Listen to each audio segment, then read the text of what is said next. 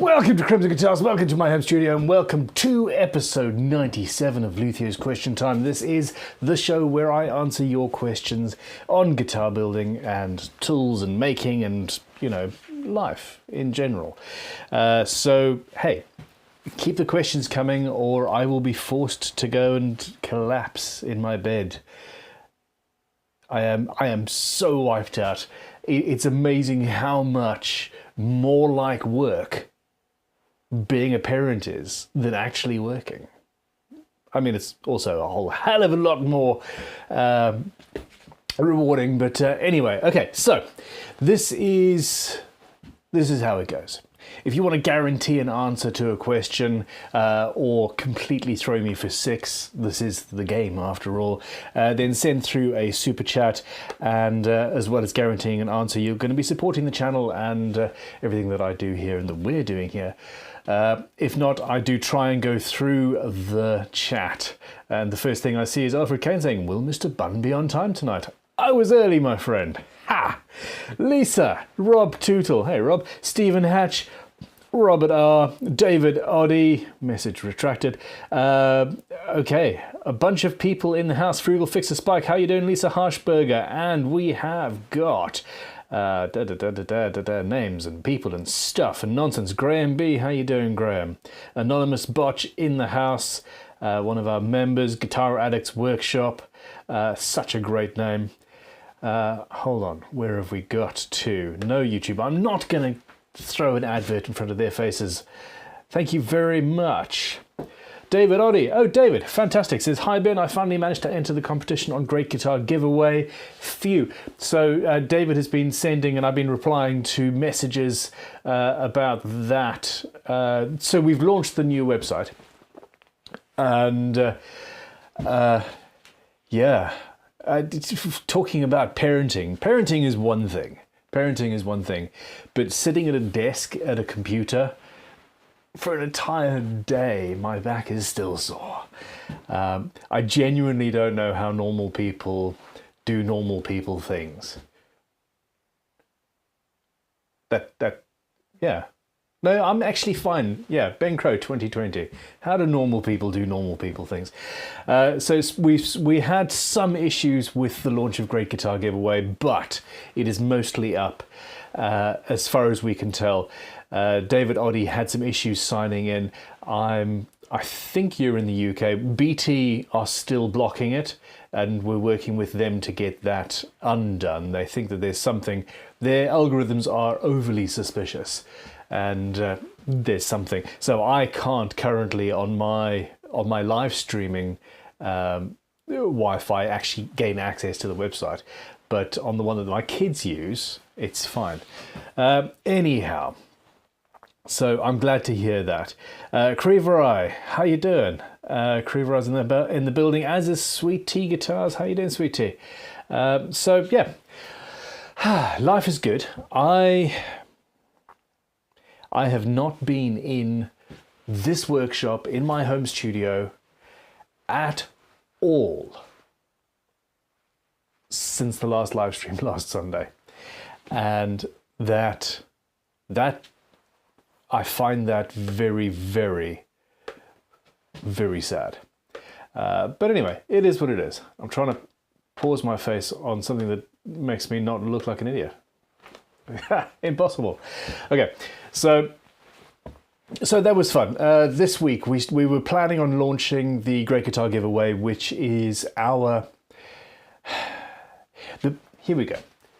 Dorset Guitar Museum is the plan. You guys all know about this, so I'm going to be very, very quick.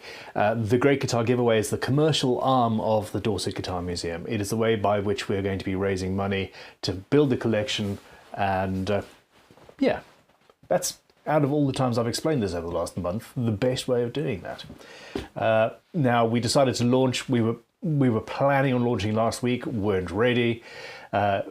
Pushed launch on Tuesday with a video on YouTube.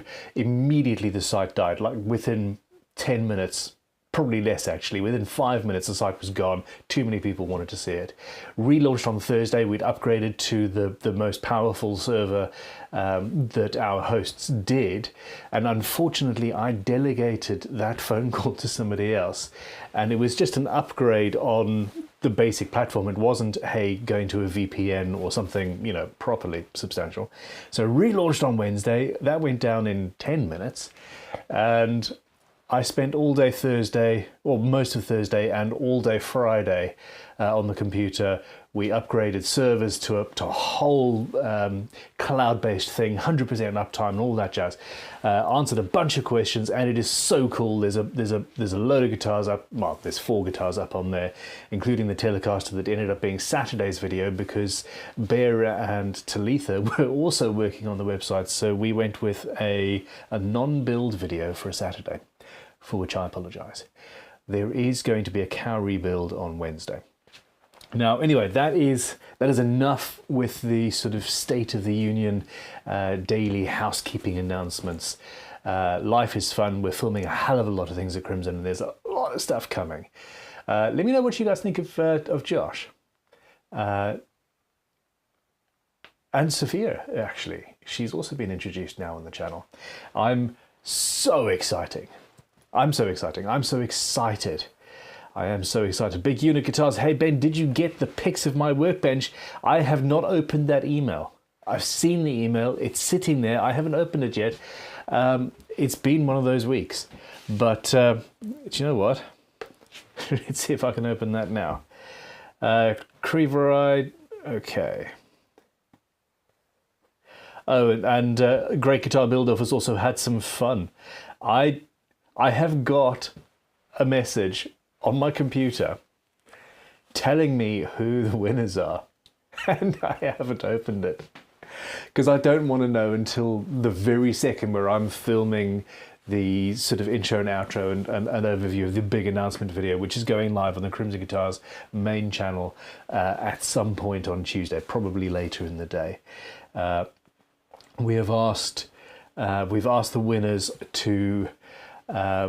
winners to send us messages, photos, maybe a little bit of video, acceptance speeches, etc. So we're hoping that all of that comes in on time. So there we go. Barry Christian says, I somehow managed to register on Guitar Giveaway, but don't know how I did it. It was a bit frustrating. I agree. There's a very weird thing on that. So... and this is one of the things that I'm going to be trying to sort out tomorrow. The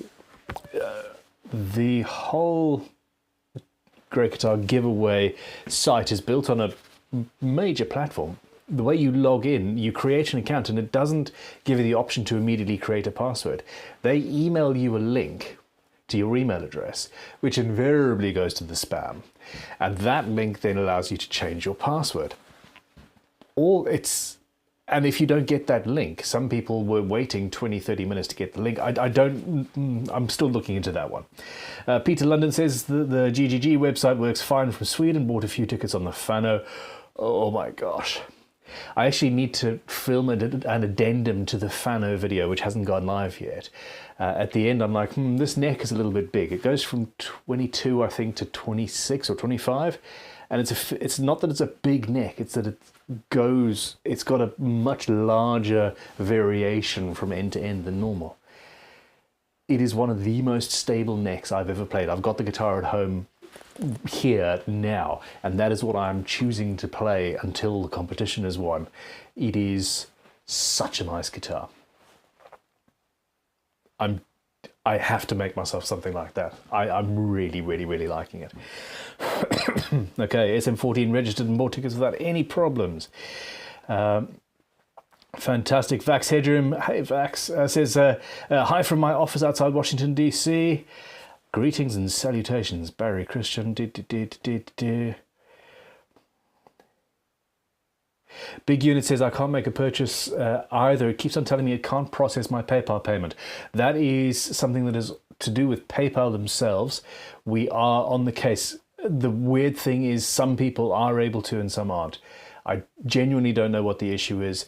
Now, Tom Webster, who runs Crimson for me, he has been over at the Harrogate woodworking show.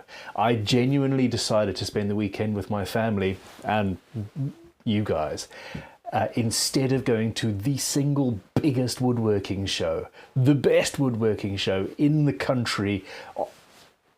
This is the one to go to, and I'm like, nah, I'm good, fam. I'll stay home. So Tom has offered that, but he's got in touch with PayPal, and he will be on the phone with them tomorrow or on Tuesday trying to sort that out. So, yeah. Teething issues. Teething issues indeed. Ape Song says, I raise my glass of fine wine to all of you. I have some decaf iced coffee here. I think I've probably messed it up. It doesn't look particularly appetizing. But anyway, George Davis. Okay, this is a fun story. Ben, what was the deal with the kit for Dave's stuff? Have you not watched Dave's apology video yet? So Dave's World of Fun Stuff. He plays... I'm going to assume that he's playing a part because it's entertaining. He plays the part of a grumpy old fucker very well. Excuse my language. And he obviously also didn't read the rules of Great Guitar Build-Off. Rule number 1 and rule number 2 are don't be a dick. But anyway, instead of getting in touch with me and saying, hey, there's something wrong with the kit, he published 2 videos in the end, absolutely reaming us a new one. Essentially what he said, and I'm smiling, okay, what he said was that our through body string holes for the Great Guitar Build-Off kit were... I'm converting his imperial into metric, but I think he was like 3 or 4 millimeters off center. Okay. There's short of, and the only way, after a full day of thinking about it, the only way that I can think that could possibly have happened is literal sabotage. And we've had a couple of members of staff move on very amicably in the last month. Like, seriously, come back if you ever want to, kind of a thing.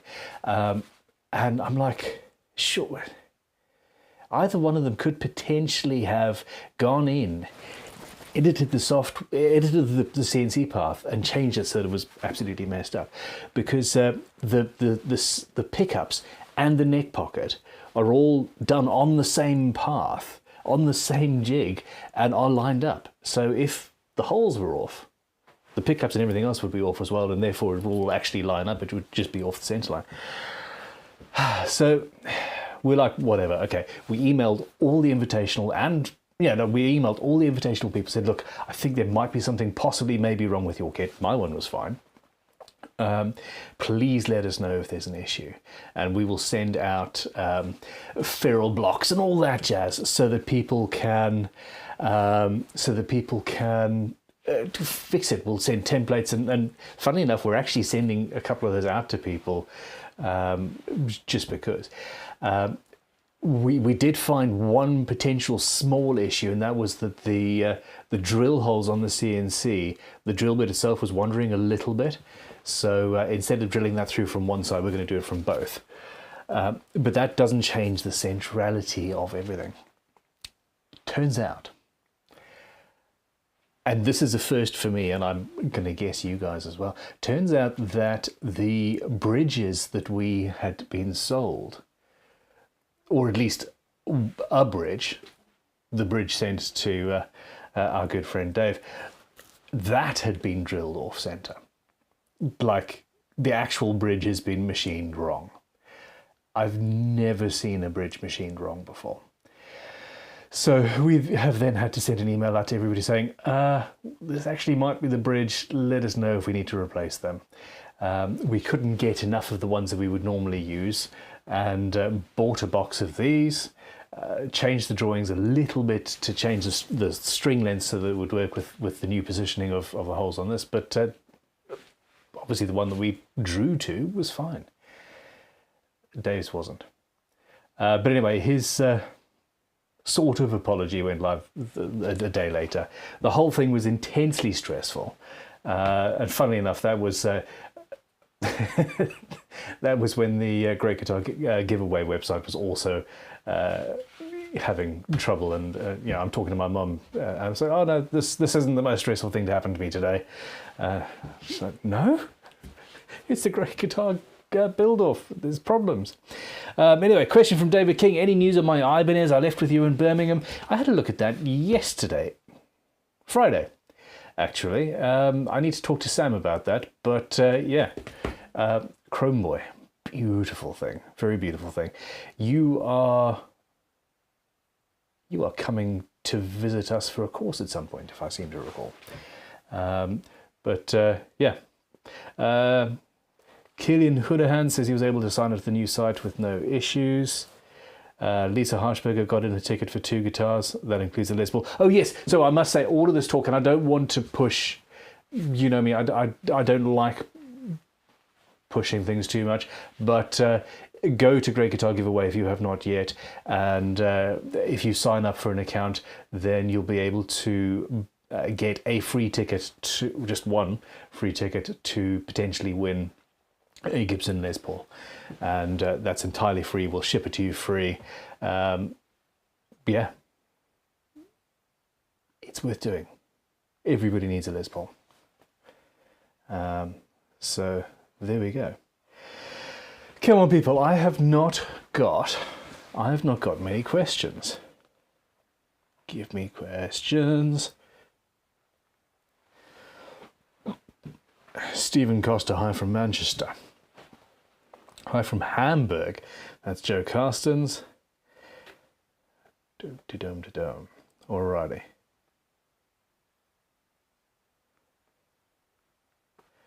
Cool. Okay.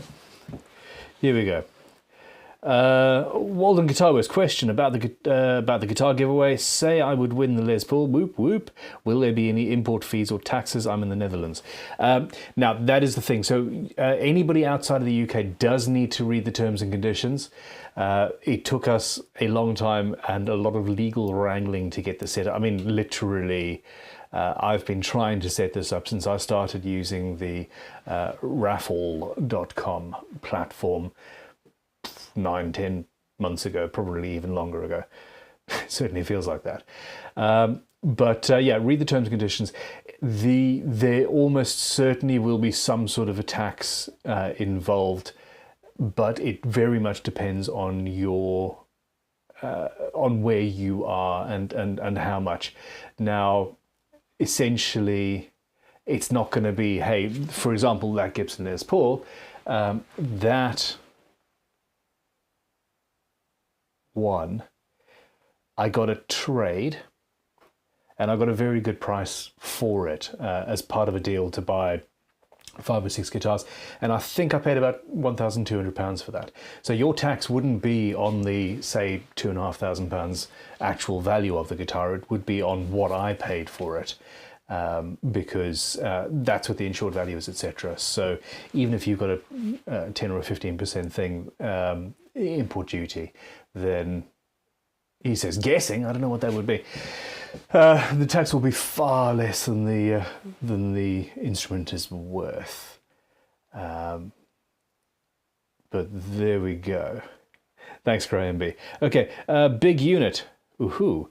Big Unit Guitar says, what's your opinion on bent gouges? Useful? I'm assuming you are talking about... It really has been a week since I've been in my workshop.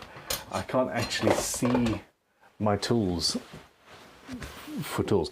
I think you're talking about a cranked gouge, and essentially most cranked gouges are inside ground, so the bevel is on the top, and you'll be able to use it as a paring tool.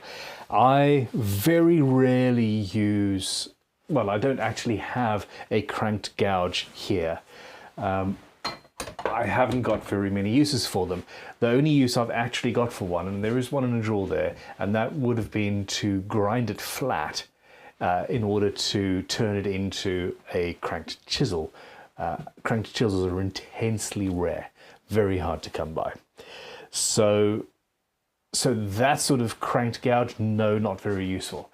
If, however, you are talking about something like this, this is a spoon gouge, or sometimes called a spoon bit gouge.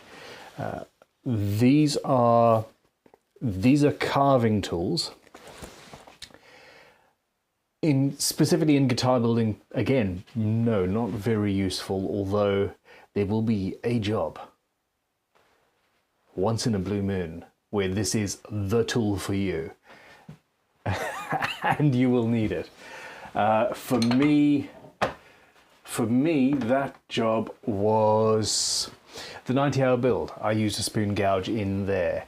My 24-hour guitar, where I was carving out the control cavity from the side of the guitar, I'm fairly sure I used a spoon gouge then.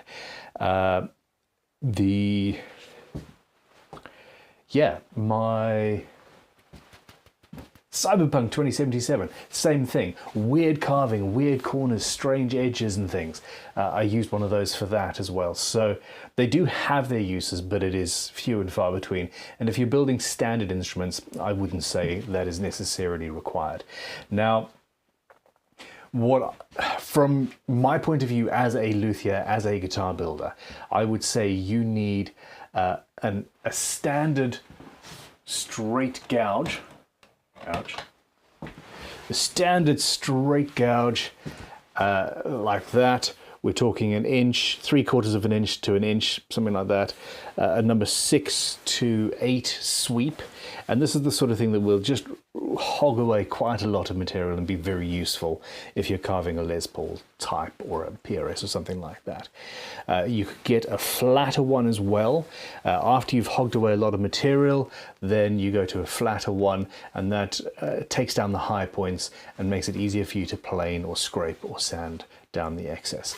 Now, the other tool that you do need, you live there, another tool that you will need is an inside ground standard gouge. And well, I don't know where they are. There's one. Okay. I tell you, I'm getting far too confused now between the two workshops, and I'm too old for this. So this is a tool where the bevel is ground onto the inside of the curve. And this, if you route out a humbucker and you're using a 1/2 inch router cutter on a bearing, even if your template has perfect square edges, the route will be further in. It'll be that 1/2 inch radius. A small inside ground gouge is exactly what you need in order to fix that. And in fact, here is one. So that's a tool that I use for that quite a lot. And they are very useful. And other than that, you don't generally, gouges aren't used very much, which is sad because they're cool. Okay, Sporadic and Music says, I've signed up to the guitar giveaway site, took a few attempts to get my password. I had to put username instead of email to get it sent in the end. Okay, so that's a good tip. Thank you very much. I remember seeing your comment on the YouTube channel saying about that. I'm just going to take a photograph here to trebly or doubly remind me. So when you're sending a password reset, instead of the site says put in your username or email address, what it actually means is your username. So there we go. If anybody is having an issue, send us an email as well, and we can manually send you a password reset. Or no, I'm pretty sure we can't actually create a password for you. That would be too much. Okay. Oh, Big Unit Guitars, haha, says it's kind of like a spoon gouge, but the whole blade is curved. Do you remember earlier when I said ouch? That was because one of those gouges bit me a little bit. This, focus. This camera doesn't like me. Come on, man. This is what we're talking about. So this is a very big curved gouge. There are other examples of that. That's actually a very, very old SJ Addis there. This is the sort of thing. And again, they will have their uses and it will be a weird thing. But this is the same thing as the spoon carving gouge. It's a cool tool to have and it will come in useful at some point. I'm pulling dried glue off this handle just because it's there and annoying me. Once or twice, and if you can get a good deal on them, then yes, but don't go out especially to buy them. I have all of these things because I love them and just in case I need them one day.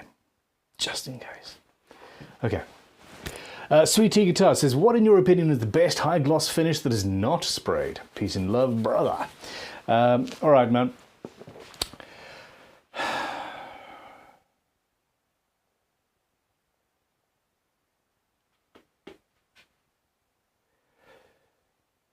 Genuinely. The screen is flashing at me. I think the screen is flashing at me telling me to, yeah, telling me to do a super chat for my own stream. Okay, that's a new one. It's very distracting. Oh no, hi. Sorry, I've only just noticed. That's actually telling me that you guys have sent a super chat. Fantastic. Thank you very much. Okay, to answer your, Todd's question, what is the best high gloss finish that is not sprayed? It depends on what you mean by best. Is it the best for, is it the glossiest, is it the hardest, etc., etc., etc. I would genuinely say now, and this would have been a different answer 6 months ago, now I would say a brushed nitrocellulose, period. You can buy nitro, and you can apply it with a brush, and if you are careful with your strokes, if you are careful with how you do it, it will dry hard enough that you can rub it down. It'll take a little bit longer, it'll be a little bit less clean than of a process. For example, you will obviously have streaks in it, which you'll wipe away with your wet and dry paper as you level the surface. The end result will be as shiny, as glossy, as pretty, as durable or undurable as any other nitro finish could be, and it's a finish that's used on guitars and has been used on guitars forever, so we know it, we love it for guitars, and that is what I would suggest. And it's not even a product we currently sell at Crimson Guitars, so so there we go. But other than that, I mean, with a guitar finishing oil, you can get a fairly high gloss. It's easier because you're not having to go back and rub it down, and it can be done fairly rapidly. But no, the best high gloss would be a lacquer, in my opinion. There is, can you see me furiously thinking as I actually talk? Wiper on poly is another thing. That's essentially a mixture of polyurethane varnish with an oil of some sort, and it depends on who's making it for you. But that is similar to guitar finishing oil in that you can wipe it on, and it dries slow enough that the act of wiping it on is also leveling it and building it up, so you can get a fairly good gloss without having to go back and buff in the same way as you would with the nitro. All right, there we go. Scott, no, hold on, Sweet Tea, we've done Sweet Tea. Sporadic Amnesic says, oh, and pass on thanks to your mum in regards to the website. She was very helpful when all that was going on, and it must have been very stressful. My mum is absolutely incredible. And yes, I will pass on your compliments. She's been working on Great Guitar Build-Off this year and doing a lot of various questions and things, and everybody agrees that she is an MVP, which yeah, makes me happy. And it means that she's also able to work from home, which is is good. Scott Davies sent a £10 super chat. Thank you very much, Scott. And he says, I have a fingerboard which started bowing up after I cut the fret slots and radiused it. A week later and the bowing is worse. Is there anything I can do to fix it, or does it not matter? Chances are it does not matter. Yeah, chances are it does not matter. I'm vaguely surprised that it's bowing up rather than, well, actually could be either way depending on what you said. Essentially, if you can flatten it just with the pressure of a finger pushing down and you're not hurting your finger, then go for it. I think you will be absolutely fine. 90%, 95%, probably even more of the strength of your neck is in the neck wood itself rather than the fretboard wood. Okay, 1. 2, once you put frets in, assuming that your frets are actually going to be hammered in and the slots are narrow enough that they're going to hold the tangs in without having to glue them, that is going to add more strength to the fretboard than the fretboard would have had just as wood in any case. So those frets are going to counteract the natural proclivity for the fretboard to move in any case. I'm going to assume you've got a dual action truss rod. I'm going to assume that you've considered or are using carbon fiber stiffening rods, or you've got a multi-laminate neck, or at least good quality wood, or maybe none of these things. Either way, actually, it doesn't really matter. Look at that. That whole answer could have been 4 words. 4 words, I tell you. Anyway, Lisa Harshberger says, how's the Panormo reconstruction going? I started researching about them. I loved how Sophia smelled the wood. She fits in well. She really does. Sophia and I have exactly the same sense of humor. It's quite off-putting, actually. And apparently have the same sense of style as well. We wear the same sort. We apparently have the same shirt, like literally the same shirt from the same place, which is quite amusing. Tom came in the other day and said he looked at Sophia, he looked at me and said, "Nice outfit, guys." Yeah. Anyway, to answer your question, nothing has happened on the Panormo whatsoever. Sophia is currently building a pretty cool telly custom hollow F-hole sort of thing as her first build with us, and is doing a lot of other tuition-y sort of things and learning the ropes of the place. So it will be a little while before we attack that. I've got the curry build massively on my plate. I've got to do a day or two and finish finish the hand tool build as well. And on top of that, hey, I haven't even started my great guitar build-off entry yet. So it's going to be a little while.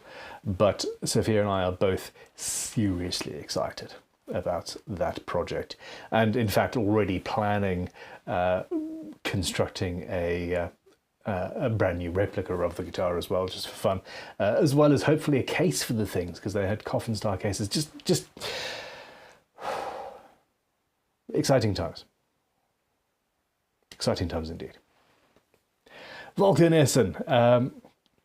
Okay, it says, "Hi Ben, I have some calves which I coloured with Epoxy fine gold powder. I'm planning on pouring epoxy over it, but I'm worried some flakes will loosen into the epoxy. Any tips for sealing these?"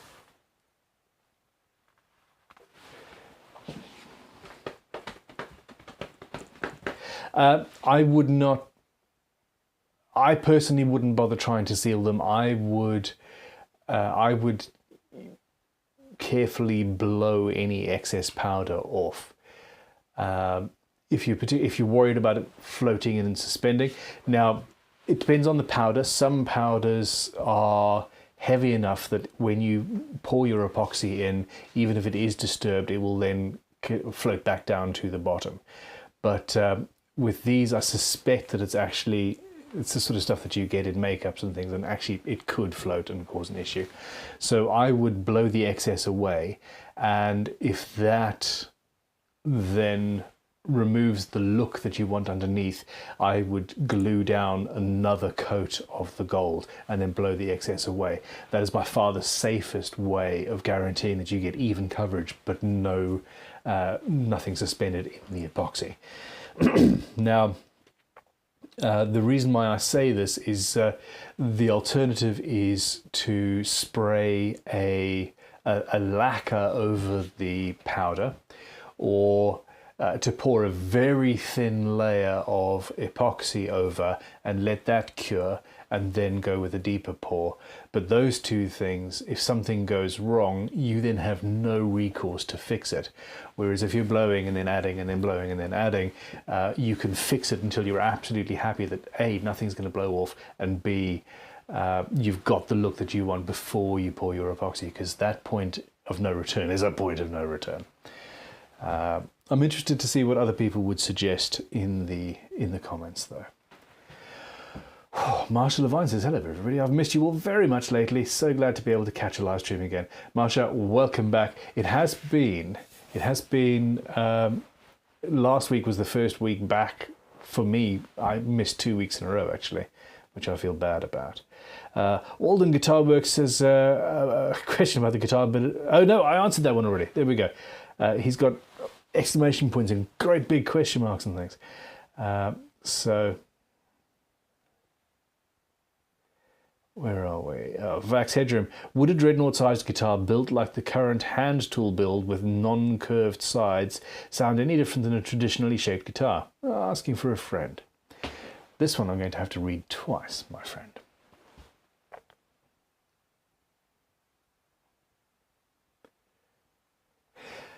It would sound a little bit different, yes, because essentially you will have a different size resonating chamber. I think that that's it. Basically, the actual volume of air inside your guitar and the actual physical size of the sound hole, those two things together, as well as stiffness, artisanship, skill, timber, you know, there's a mixture of things. But those two things are the most important things. So by having straight sides on your guitar, you are obviously creating a little bit more space where the waist would be, but you've got less space up at the front of the guitar. I think a rectangular acoustic guitar could actually genuinely be pretty freaking cool. You could facet it actually. So hold on, I'm going to have to stop the live stream right now because that's a really good idea. Delete, delete, delete. I want to do it myself. It would sound differently, but you could work it out so that you've got the same size sound hole and the same rough size chamber. And after that point, yeah, the theories are the same. Use a modern kind of bracing system.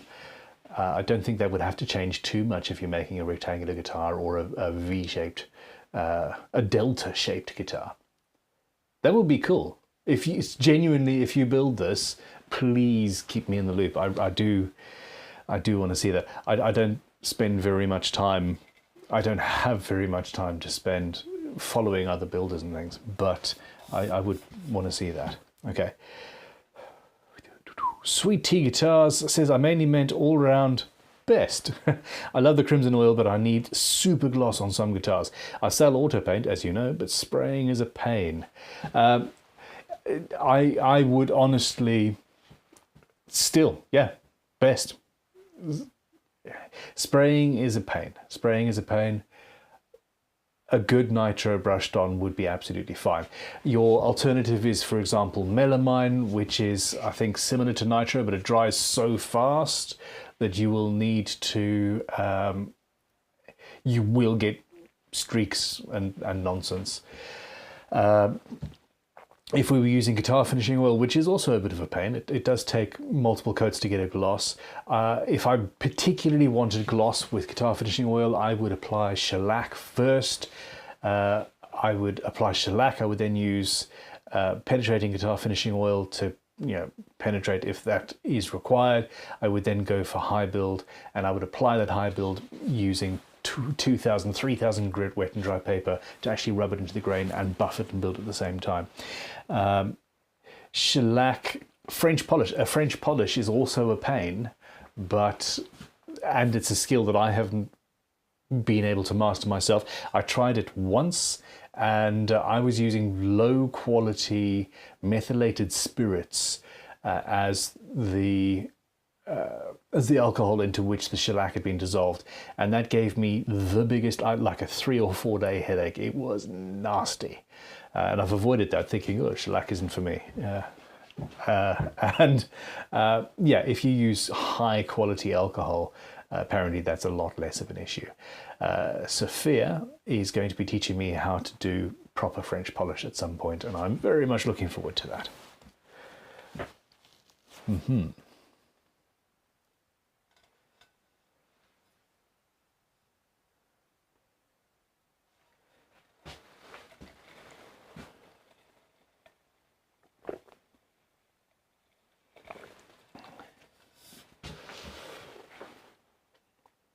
Stephen Hatch, you appear to favour frets with narrow contact edges along them. What are your thoughts on the flatter, wider surface that Hosco files leave? Thanks. I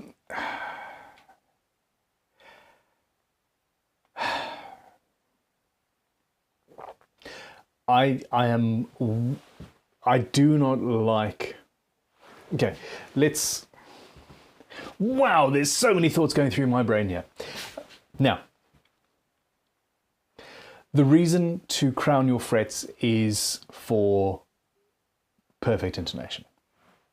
Period. If we truly wanted perfect intonation, though, we would go insane and we would use the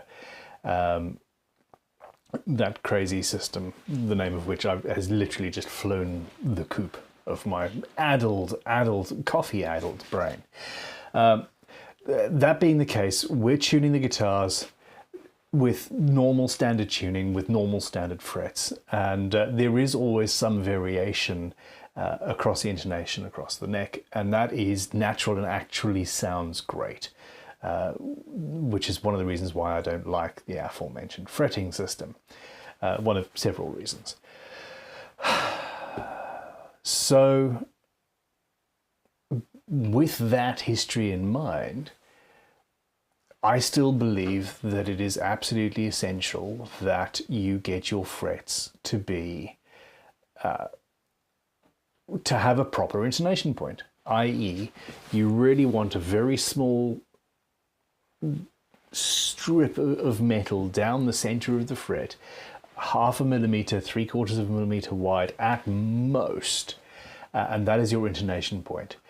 And if you've got wider frets and you've got a very gentle curve, then that intonation point is essentially moved sideways just through by dint of the fact that instead of going off an intonation point here, you've got a much wider fret, so the intonation point is there.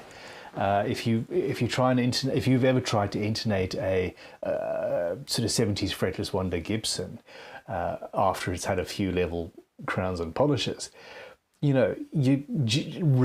actually need to, if you want to do it properly without a refret,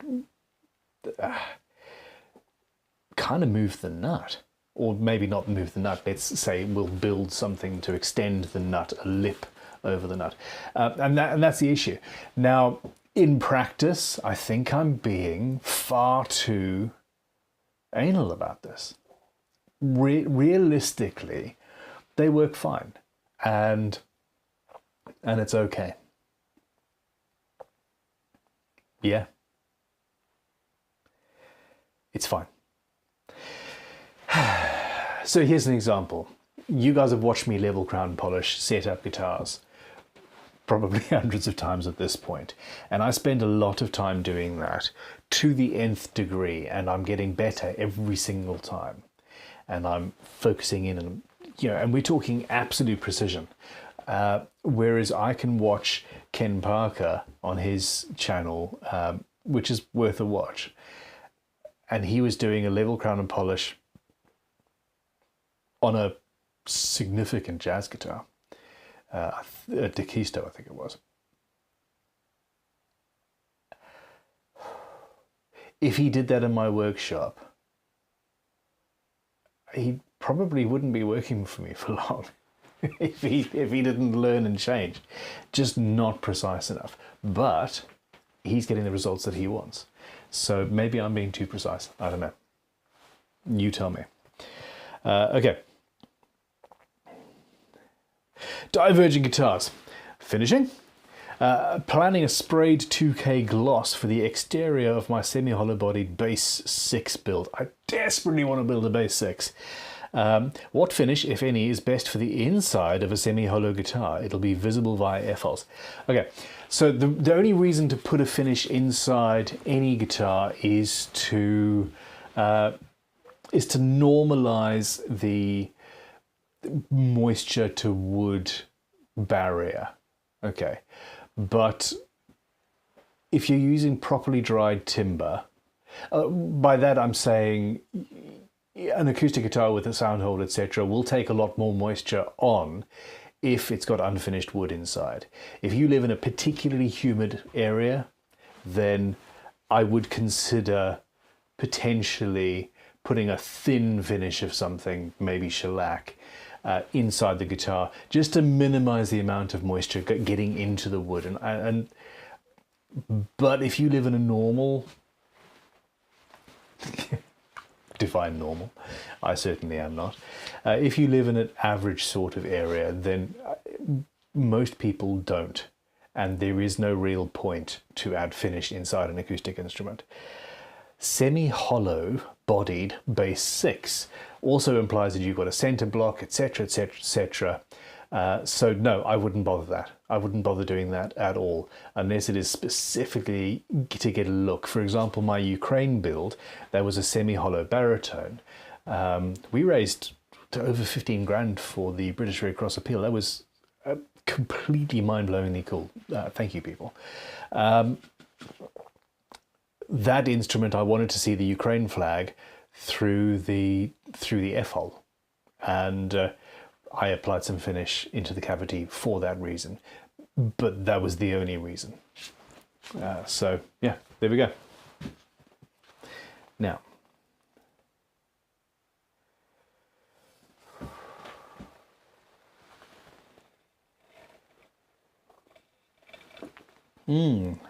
Michael Bogomolny.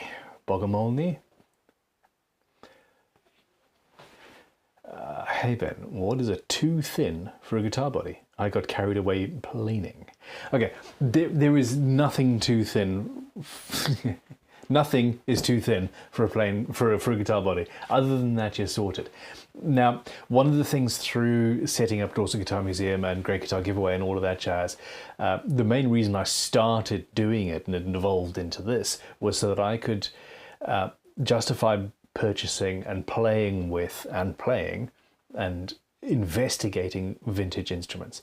And a lot of very early guitars, my early Burns basses and things like that, and a lot of Japanese electric guitars had surface mounted pickups. So the body themselves, the body itself is about 1 inch or maybe 1.25 inches thick, and absolutely fine, and in fact sounds great. The first Telecasters, the first Pinecasters, that pine-bodied instruments, they were about 1 inch. I think they were 1 inch thick, or maybe just over. Also, and well, we know what they turned into, don't we? So yeah, I think that genuinely, with a little bit of designing, you can work your way around anything. I've made a guitar that at its thickest point was about 20 millimeters or so thick. and the pickups were sticking out higher. I had a very shallow neck pocket, and it's not required to have a deep neck pocket, for example. It's not even required to have a neck pocket if you're careful, if you're clever. So yeah, I think you can get away with pretty much anything. And if you planed a little bit further and you started with a 44mm thick body blank, I think you will be fine. Now, if you're using standard electronics, then yes, for example, a 5-way blade switch, that's a fairly deep switch. And that is why, I suspect that those switches are the reason why guitars are as thick as they are today. No other reason. It's just we can get millions of these switches. They're part of telephone switching systems and things like that. I may well be saying that as a fact, and it might not be, so don't quote me on that. But these are easily available things, and I need a body that is 40mm thick in order to accommodate that switch, period. 3-way toggles as well. You can get narrow, shallow ones, but the standard ones are a little bit taller. So your pickups, where your pickups are going, how deep they want to go, and how thick your hardware electronics is, that is your limiting factor. Yeah. Timing Guitars says, do you think there's any truth in hot hide glue improving the tone of guitars? I do not. I do not.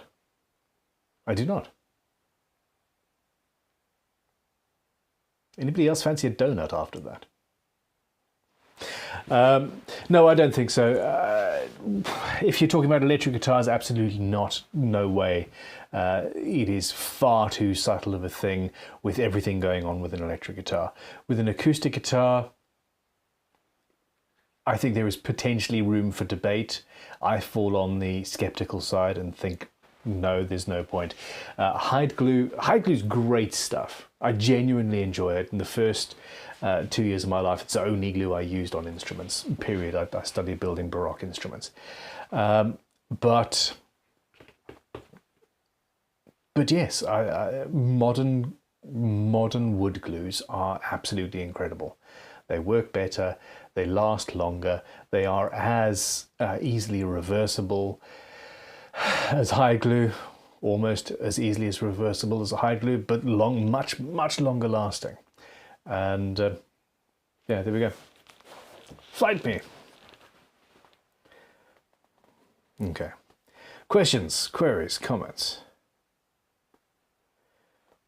Anonymous Botch, are you going to be at the Merseyside show, and do you know what the visitor parking situation is? I am going to be I am going to be at the Merseyside show, if that's the guitar show in 2 weeks' time, which I think is the one. I have no idea what the parking situation is. I don't think I've ever been to that.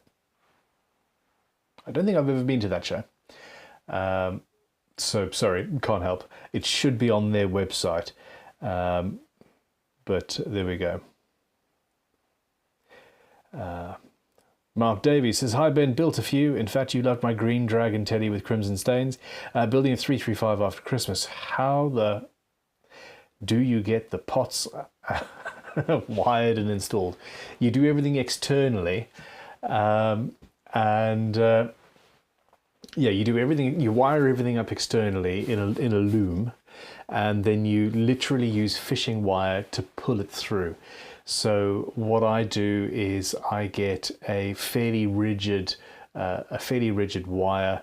I'll tie some fishing line to one side, push it through from the pothole out through the airfoil. You have to design the airfoil so it's big enough to take your pots. Don't forget that bit. Now, I've used fishing line in the past, and that's actually fiddly as all hell. The most recent time I did that, I ended up soldering wire, as in guitar wiring wire, to the pot and pulling it through that way. But it's actually a relatively straightforward thing and quite fun to do, genuinely.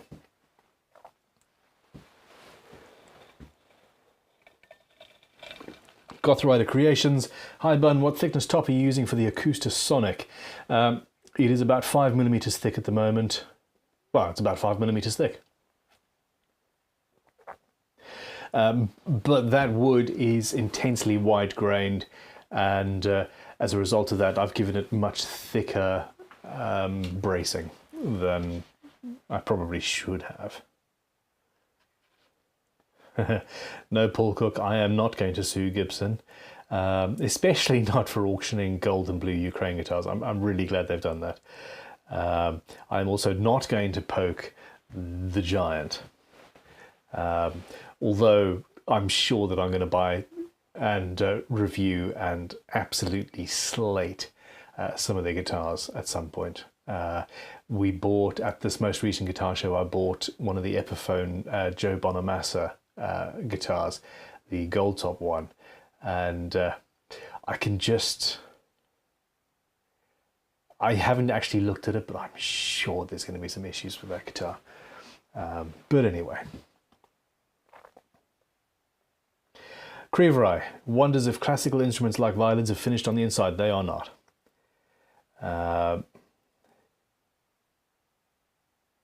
Paul Cook says, it's scary how far off regular frets are in places compared to true temperament. That's the word. Like you say, maybe precision on regular frets isn't all that essential. That's the problem. The further along in my career I get, the less precise I feel we need to actually try to be, which is so weird. But there we go. Okay, this is a name that's going to take... Okay. It's spelt weird, but Strat R Revolution. I already own a number 4 plane, but was wondering if you'd recommend a number 7 or a number 5 for jointing and guitar building, and I can only afford one of them. Okay. Buy all the planes. No, a number 7 is one of my absolute favorite planes of all time. It is a little bit overkill for guitar building though. I wouldn't say a number 5 is long enough though. So I would suggest buy a number 6. Now the rule of thumb is that if possible, you want the plane that you are using to make the joint to be within 3 or 4 inches of the length of the joint that you're doing. So you're jointing a guitar top, you want the plane to be, you know, pretty close to the length of the guitar top. And a number 6 will do that. A number 7 is longer, which means more precise, but it's also not absolutely necessary. This is a slight change in tune because I've always said that the number 7 was the plane to get. But yeah, if budget is an issue, don't pay for a number 7, even if you're buying it from vintagetoolshop.com, which is one of my companies, or one of our companies. If we even have a number 7 at the moment. We've got a couple of number 8s come in. Don't buy a number 8. Yeah, get a number 6, which I don't think I even have in stock. So there.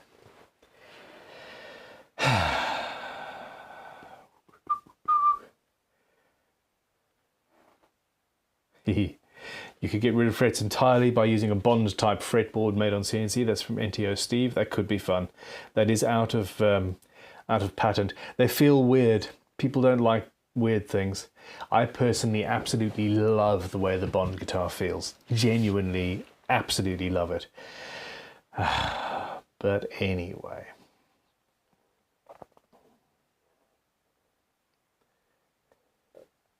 Now, what do we have?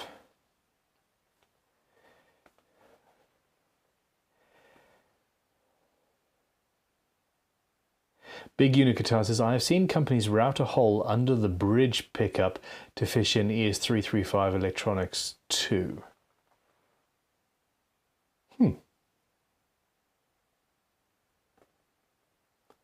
That makes sense. Cool. There we go, fluid focus. Most 335s are wired through the pickup holes. That I did not realise. SMI says, Ben, is there a good info source for creating control layouts and cavities.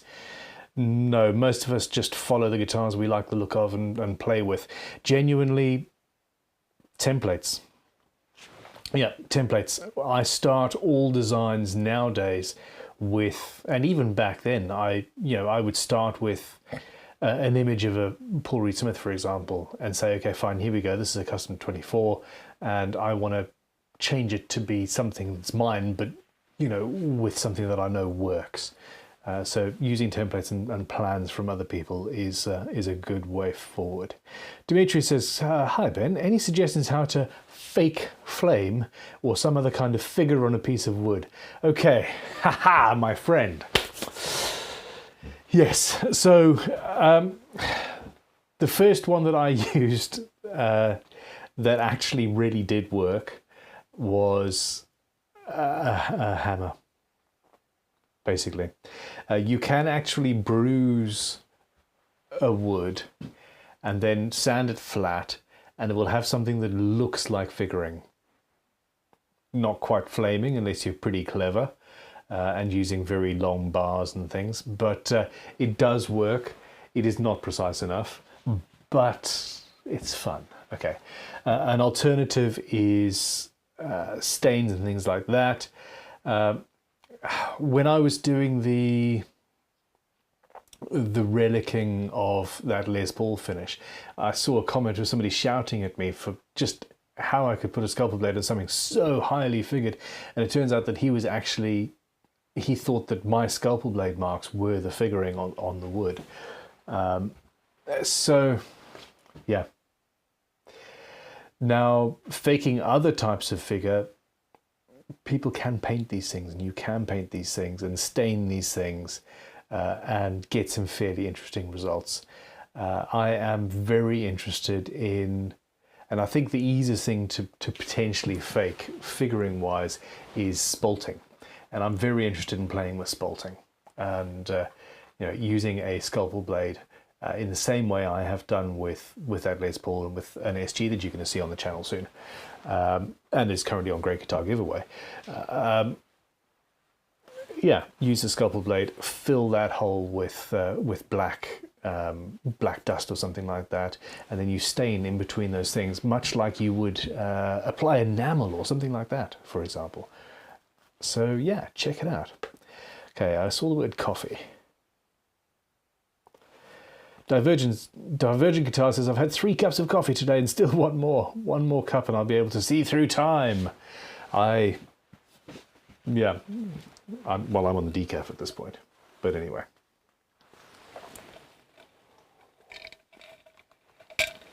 Walden Guitar Works. My girlfriend and I are thinking of getting a small laser cutter. She is thinking of using it for her hobbies and I would use it for templates. Is it worth getting one as a hobbyist? Absolutely. I think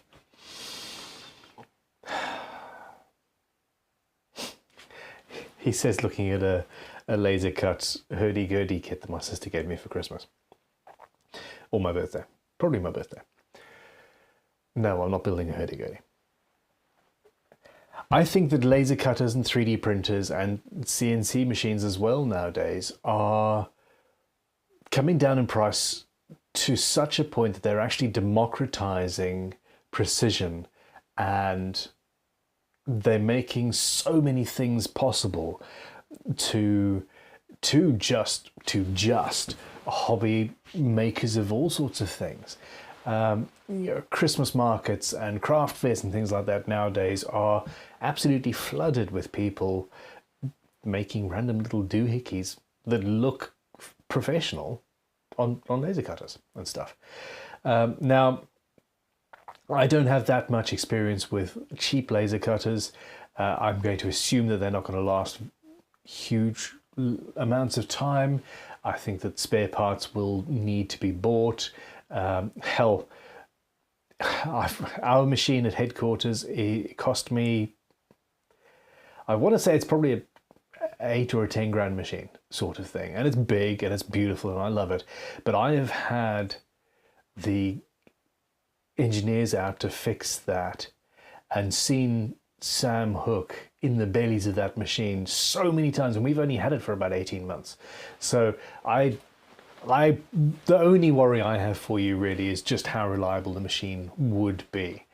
But yeah, if you can afford it, 100% have fun. Even if all it does is save you time making templates. Seriously, I hate making templates. So yeah, and if both of you get to use it, go for it. Graham B. Ben, I'm looking at laminating Purple Heart and a reasonably soft Rimu to make a laminate neck. What are your thoughts? And will Purple Heart still fade when under finish? I think that the Purple Heart will make up for the Rimu. You say reasonably soft, so yeah, I'm sure we'll be fine. It's not a timber that I have experience with. If you want to be sure, look up the specific gravity of that wood, the wood database online. There's various places where you can find that out, and then compare it to other timbers that you've seen other guitar builders use and see. So if you've got a specific gravity of 52, for example, that's somewhere close to sycamore, I think, and I use sycamore for necks all the time. But the Purple Art is ultra hard and ultra stable and will make up for any shortcomings, in my opinion. Again, if you're worried, you can always use carbon fiber stiffening rods and obviously use a good quality dual action truss rod while you are about it. Second question, will Purple Heart still fade when under finish? It depends on the finish. Almost certainly yes, but if you have a UV protective varnish or lacquer, then you should be okay. I've seen people say, oh, that's a UV protective finish, and they were bullshitting me though, so be absolutely certain and go for it. Divergent guitars, hot hide glue, fresh donuts, and coffee! Always with the coffee. Dan Gunderson, hey, I have a cheap, I bought used, almost new random acoustic guitar, and the string holes are not properly centered. Is there a way to fix it? Is it just to unglue and move the bridge? Thanks, Dan. You can either unglue and move the bridge and check out... Why is it when I mention somebody's name on the stream, somebody whose videos I've been watching on an almost daily basis for months now, I forget their name? I am so damn bad. There are videos out there about gluing and moving bridges, and it's fairly straightforward and can be done. The name will be in the stream. Somebody will tell me in a minute, because you guys know exactly who I'm talking about. An alternative, if you don't want to do that, is fairly easy. Just make wooden inserts, fill and glue them into the bridge, and then drill the holes and ream those out. You might need to buy a reamer with the correct taper, but yeah, that shouldn't be too much of an issue. It would probably be easier than moving a bridge. But also, I mean, I know certain people who just relish pain and enjoy making things as hard as humanly possible on themselves, specifically with guitars and guitar building. So maybe just take the bridge off and do a neck reset while you're about it. Timing Guitars says, if you could choose one guitar to own for life, would you own a Les Paul, Strat, Tele or PRS? I mean, is this one specific guitar? Okay, if it was one type of guitar, I would have said, early in my career, I would have said PRS.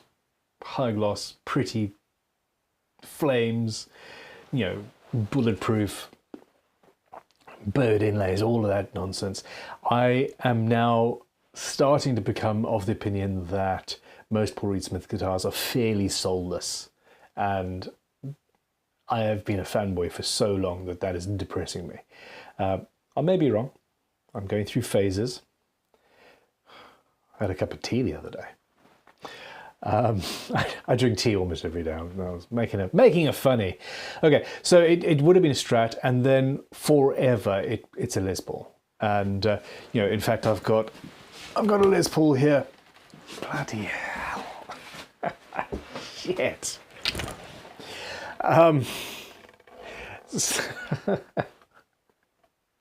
This thing's freaking heavy.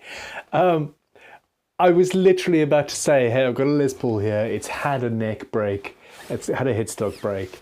And I am going to be putting this together as a guitar that I want to keep. And just picking it up has said to me, screw that. No, this is going to be this is going to be on the giveaway channel at some point. It's too heavy. So I've gone off that as well. I had never owned a Strat until recently. And I had never owned a proper Telecaster until recently. And it would be between a Strat and a Tele, and it would probably be a Strat. I have spent an inordinate amount of time in the last 6 weeks or so playing a Squier Esquire. Single pickup, incredible. In fact, I prefer that 300 quid guitar over the US made Telecaster that is currently available on the Great Guitar Giveaway. But I think that I would go for a Stratocaster. Okay, now if we're talking about specific guitars, i.e. this guitar that was owned by this person, etc., at that point, everything switches around, and we're talking about Greenie.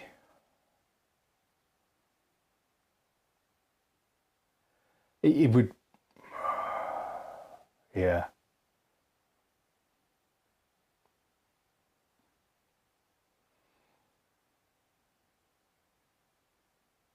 It could be fun.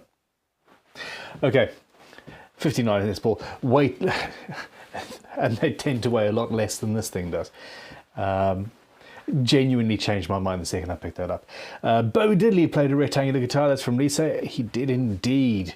And there was a guy local to me who made some really cool rectangular looking guitars about 15 years ago. Sadly, he's no longer in business. But yeah. Timon, that was a very, very good question.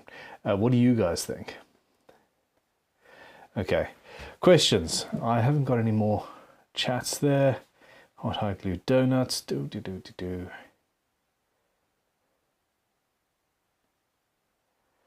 Stephen Hatch. Tiki Hut Machine Shop uses a thin epoxy for literally everything that requires gluing in his builds. He says the hardness adds to the resonance.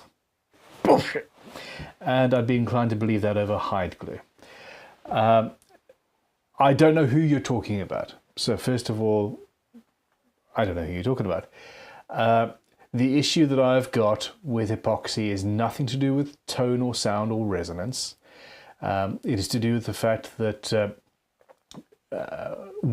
firstly and most importantly, every guitar builder at some point will need to take the neck off or take the fretboard off because they've messed up. Something slipped, you got to reverse that process. Your customer has just spent 150 quid on a highly figured neck blank and you've got a 75 pound or 100 pound pale moon ebony fretboard or whatever, and it's slipped for half a millimeter off, whatever. You take that thing apart. You use epoxy, that ain't happening. You're scuppered. Now on top of that, modern wood glues are so scientifically designed, they are so clever at what they're doing that genuinely I don't think you could get a better product for gluing wood together. It's in the name. Epoxy is designed for something else entirely. Epoxy is designed for fiberglass and boats and all of that sort of stuff, and it does that job very well, but it is not designed to penetrate wood. If you've got, for example, if you're gluing a Purple Heart neck to a Purple Heart fingerboard, let's stick with the theme. You've got a wood that's very, very hard, doesn't have a particularly open grain structure. etc., you will end up with a piece of wood and a piece of wood and a lump of glue. For a decade or two, you might be fine. Some poor sod is going to drop that guitar 6 inches onto a carpet and hit it with just the wrong amount of pressure in just the wrong place. The entire fretboard is going to pop off. Boom! Have any of you dropped a guitar? No, let me put that another way. How many of you have only dropped one guitar? I'm willing to bet that all 129 of you have dropped, all 131 of you, changed as I was looking, have dropped more than one guitar in your lifetime. Guitars get dropped, and oftentimes it's on a hard stage, it's not on a nice soft carpet. I was listening to a rig rundown with somebody the other day, and they dropped their, their Les Paul that they'd had on stage, and they dropped it on a carpet in a studio, and it just sort of went slowly, and the headstock snapped off. And, it's not that friendly. So no, epoxy is 100% emphatically, categorically, without any shadow of a doubt, the wrong material to use to glue wood together. Period. And you can tell this Kontiki dude that I said that. If you want to stir shit. I don't want to stir shit. I'm not an arsehole. Or maybe I am. Okay.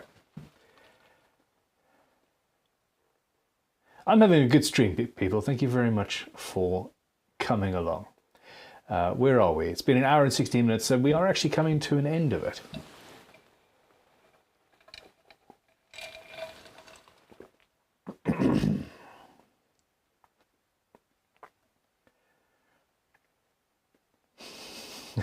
Paul Cook says it's the Greenie Buyers reception weekend at the Mo, so they'll start appearing on Reverb soon. Yeah, no, I'm talking about the original one. But still. Yeah, they will be on Reverb soon. Damn it. For 50k you could own a Greenie replica. That's Walden Guitar Works. They're going to be 100 grand by the end of the weekend, I'm sure of it. Hold on. I have a £19 BC Rich Bitch double neck. This is Big Unit Guitars. I mean, but dude, I mean, if there is anybody in the chat who can probably hold a £19 guitar, it's you. You're like 6'8" or something, aren't you? She only comes out for one song a night. She's a big girl. Heavy guitars. This is Creeverai. I'm a Super Strat guy, something like an Ibanez RG or a Schecter Hellraiser. I've never actually physically touched a Schecter Hellraiser. Can you believe that? I must get one for the giveaways. Killian Hurahan, Jens Ritter. More so I could sell the thing and retire. Their guitars are, well, their instruments are absolutely amazing, aren't they? Pre-92 Purist with a small heel. That's from Stephen Hatch. I kind of agree. If you could only own one guitar, Parker Fly Deluxe, end of. That's Mark Davies. I've got an issue with the Parker. Where I sit, it digs into my sort of moob, I suppose.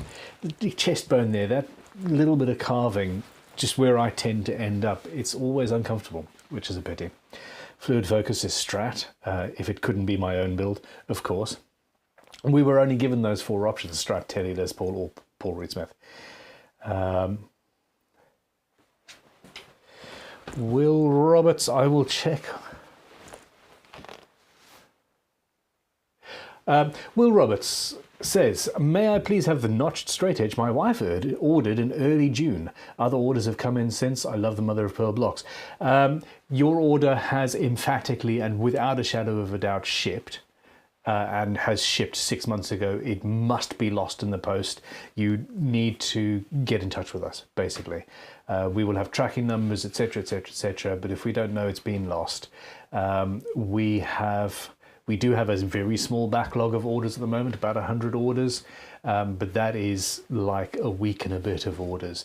Everything else before that has shipped, and not straight edges. We had a patch of about 4 or 5 weeks when they weren't shipping because we had an issue, but that was that was way after that.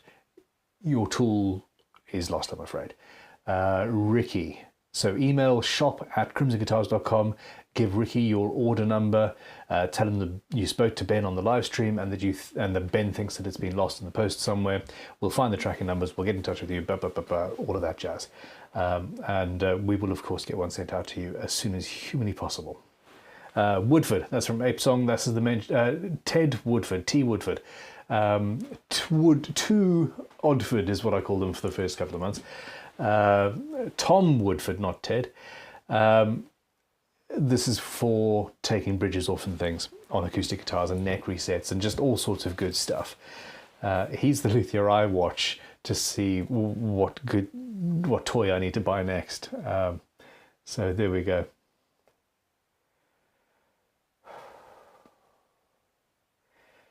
Ay, ay, ay.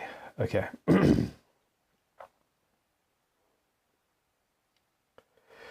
Robert R says, will a UV blocker added to the clear coat in a finish at least slow the fade? I assume so, but I'm not. I am not sure. I'm not an expert on this. You should actually talk to Sweet Tea Guitars about that. Okay. Goth Rider Creation says, Bun, are we getting the GGBO results on Tuesday? All being well, yes. The results are in. We are waiting for winners to send us videos and bits and pieces. Assuming we get all of those, they'll be fine.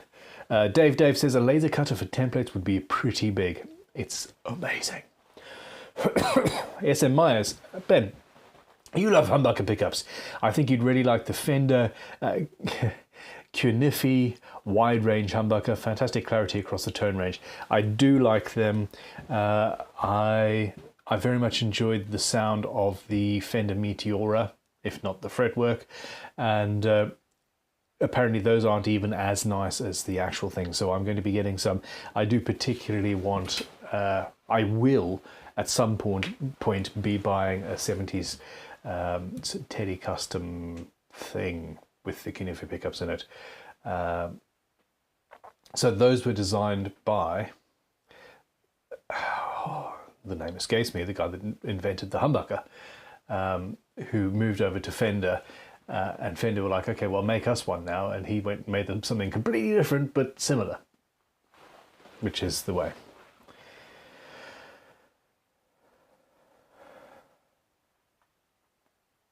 Robert R says, I have seen some people wrap wire around a neck and use a torch, lightly move it across the wire, and it blocks the wire and blocks the flame and makes it look like flamed wood. Just don't use too much heat. Okay. Killian Hurahan says, my teacher is building a hurdy-gurdy at the moment, beautiful walnut and maple. He's just about to seal it. The wheel alone took him a while to sort out, so good luck with that one. Dom, who works in our toolmaking department, brought his hurdy-gurdy in, and it's taken him years. It was built by somebody else, but it's taken him years to just get it working. They're incredibly insane things. Okay.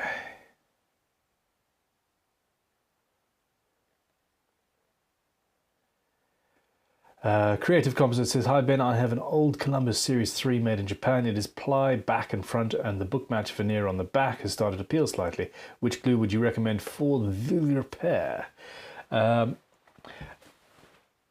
If it's very slight, then I would just use some thin super glue carefully, bearing in mind that if you slip or put too much on, you're going to need to just do a little bit of buffing, etc. But if not, a wood glue and then clamped should be the thing. It also depends on how long the veneer has been pulling up. If it's been a long time, it's going to have dust and mess and nonsense and grease and spilled beer and stuff in there, and most glue just wouldn't want to stick, so yeah, may have some issues with there. I have seen people in that situation use bleach to clean it. Bleach or peroxide, sorry, there we go. Peroxide inside of an old crack on an acoustic guitar or a violin. Drip the peroxide down, that sucks out all the grease and cleans it and stuff, and then you re-scrape or re-score it with a knife, and then you can glue a fillet in. Free tip for the night.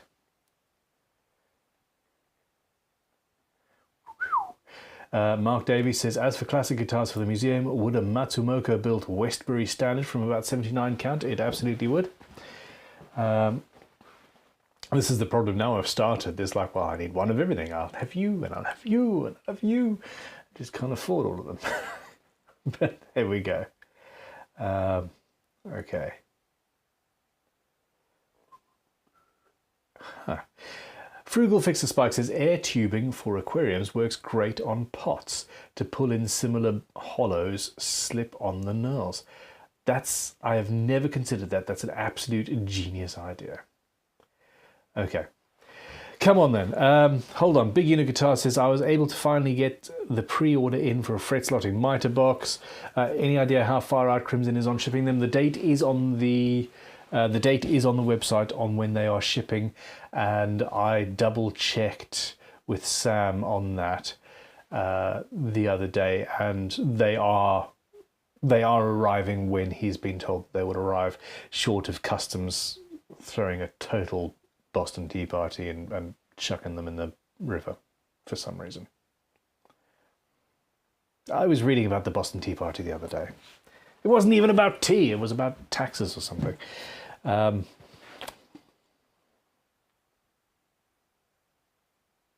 It was about the Dutch East India Company. Anyway, okay, everybody, I am patently and obviously flagging. So if you've got any questions, get them in quickly.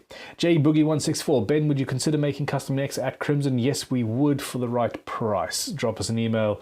One-offs, less so, but if you're talking about small batch work, I mean, we will do one-offs for the right price, absolutely. We're a custom shop, it's what we do. But we are moving away from kit guitars in preparation for taking over the world with our own builds. But we are also fans of helping people out. Chris the Snail Driver, I love your name. Hi Ben, just tuned in. Immense apologies for my rash comment on Dave's video the other night. Was I shitty with you? There was one person who, after I'd sent it, I was like, actually, that was probably a bit shitty, Ben. Thanks very much for your kind response. Aha! There we go, it wasn't you. How should I best get in contact? Are you the relatively local person who bought one of my earliest tools and wasn't happy with the quality? Because I also wasn't happy with the quality back then. But yes, so the very basically email shop@crimsonguitars.com or office@crimsonguitars.com, and I think that I promised you a personal tour of the factory, and you need to. Yeah, 100%. I'm actually there most days now. But that is not a given, so get in touch. I will 100% take you around and replace the tool that you had that you didn't like. So yeah, drop us an email. Yeah, just tell Ricky that what I said, basically.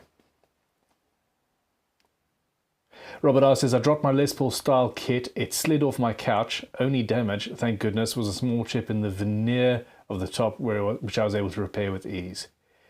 Psychotech says, how many guitar projects are you working on at the moment? I'm working on building a guitar museum at the moment. Like 14 trillion. No, okay. I have got actual guitars I'm building. My Great Guitar Build-Off build, my Carry build, my hand tool only build, the early stages of a 335 build out of the Carry as well. So those are actively actually in progress. Repairs, there's a load of repairs and restorations. I've got this Les Paul here. There's all sorts of stuff coming up with that. And then on top of that, there's everything else that's going on at Crimson. But too many, far too many. Far too many. Britt Boyette says, I watched a friend's guitar case open up and drop his Gretsch Silver Anniversary right out on the carpeted floor. No damage, fortunately. I heard about a guitar shop, Coda Music, I think it was, where they've got a two-story shop display room, beautiful, and they hang guitars everywhere because it's relatively small. And they had a beautiful expensive, sparkly Gretsch hanging above the stairs, and somehow this thing actually dropped from the second floor to the bottom of the stairs destroyed it. Just Mark Davies says, I've dropped many, but the worst was a non-drop nightmare. Just bought an Ibanez Destroyer in about 83. Gig that night. Support DJ walked into me and took a chunk off my guitar with his box of 45s. Damn. Yeah, well, it's not even your fault. George Davis, Ben, do you ever take time to just step back and look at your company and enjoy what you've created? No, not yet. Give me a year or two. So Crimson 3 years ago was actually in quite a dire place, and it wasn't financial or anything like that. It was a systemic. There were just issues with who people were and how they were and all of that. And it's taken Tom and I that long just to get to a point where, when I interviewed Tom for the job of managing director, his only question to me after I spoke for 20 minutes was, do you mind if I make it a nice place to work? And I'm like, yeah, you got the job, mate. There we go. Let's start. And that's what we're working at. Everything's a little bit dicey right now, but I genuinely think that in a couple of years I am going to be taking time off. I'm hoping that I'm not going to have to be filming 4 days a week just in order to keep this YouTube thing going. I'm training Sophia, I'm training Josh, I'm training Matt and other people at headquarters to be able to get videos. I'm hopefully training you guys to enjoy videos from other people on the channel. And all of this is to allow me to actually have a little bit of time off, if I ever actually want time off. We'll see. But I do appreciate your comment. Thank you very, very much. I genuinely have to pinch myself every now and then when I look at how this is. I love my life. For the most part, it's just incredible. And with the museum and everything, it's actually getting better. It's cool. Yeah, thank you. Thank you. Beavis Christ says, I've never dropped one, but I have accidentally knocked over my Les Paul that I built with scarf joint. Survived no problem. I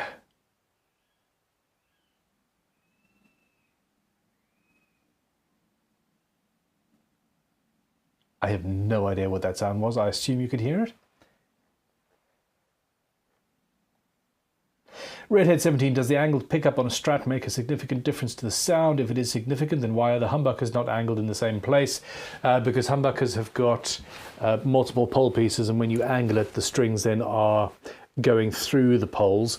That doesn't actually affect the sound because the magnetic field is big enough to cover the strings. It just looks a little bit weird. But that's basically the only reason, really. Sporadic amnesic. I've not dropped a guitar, but I did break my tooth on one once, though.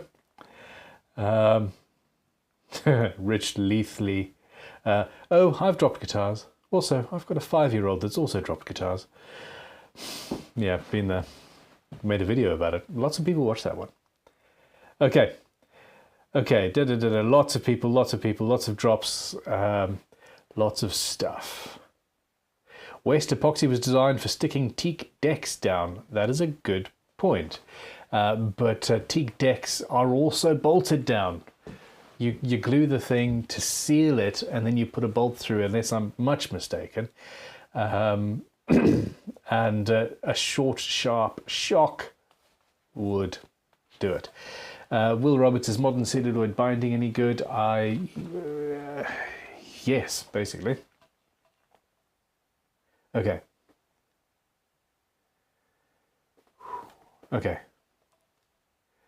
What if you have 4 started and get bit by the golf bug? Budget time? Lol, my ADHD said no, but doing it all. That's the problem, doing it all.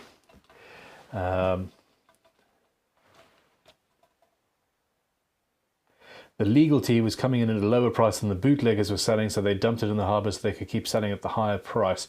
Well, that was the thing. So there'd been a whole thing, but it was also about giving, I think the Dutch East India Company was struggling at that point, and they decided to give them the There was a whole thing. It is interesting, and I've now forgotten it because, hey, it was 3 days ago when I read that.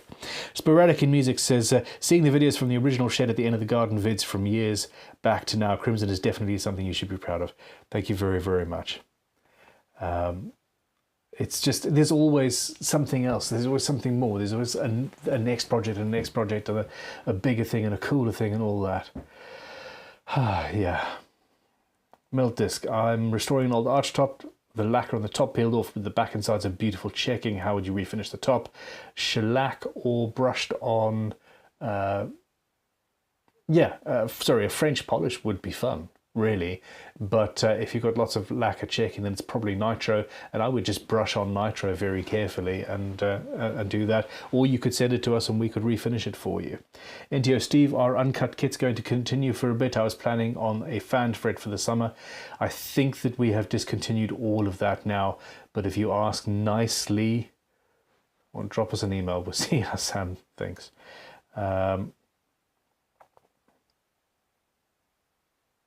Beavers Christ, when designing a guitar, what influences your choice in fretboard radius? Personally, I like a 12-inch radius or a sort of 12 to 16-inch compound radius, but in the end, it always comes down to the customer.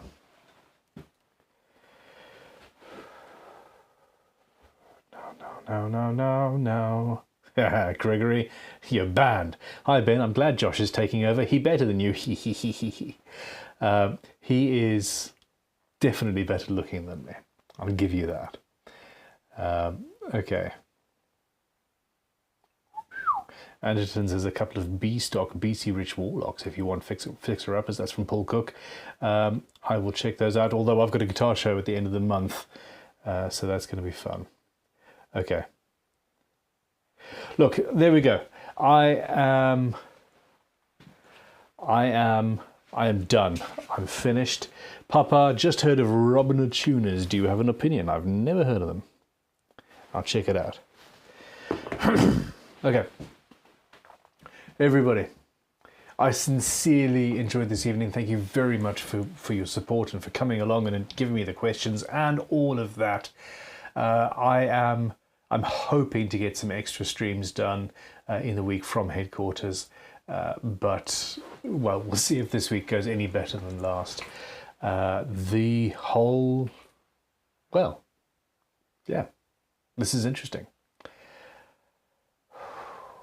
Oh, Shock the Fox, come in with a late question, or no, it's a late question. Haha, how you doing, man? Can you share where you got those mounts for your hand planes, or were they made in-house? You should have said. They are made in-house.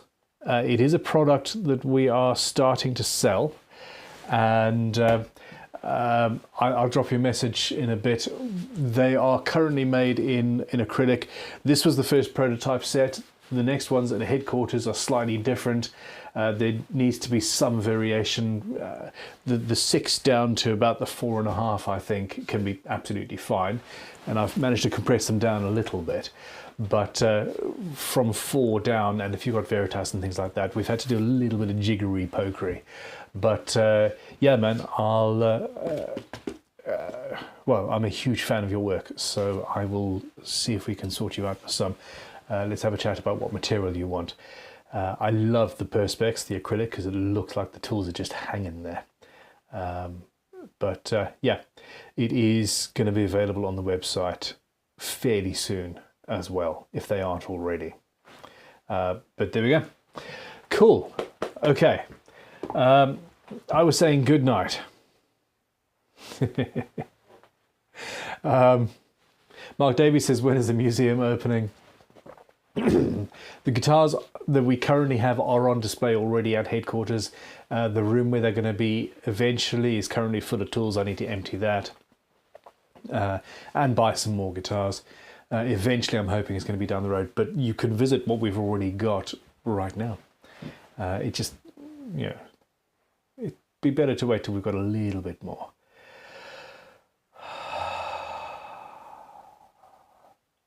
I love you guys. I'll see you soon. Have a good week. Make some sawdust. And goodbye.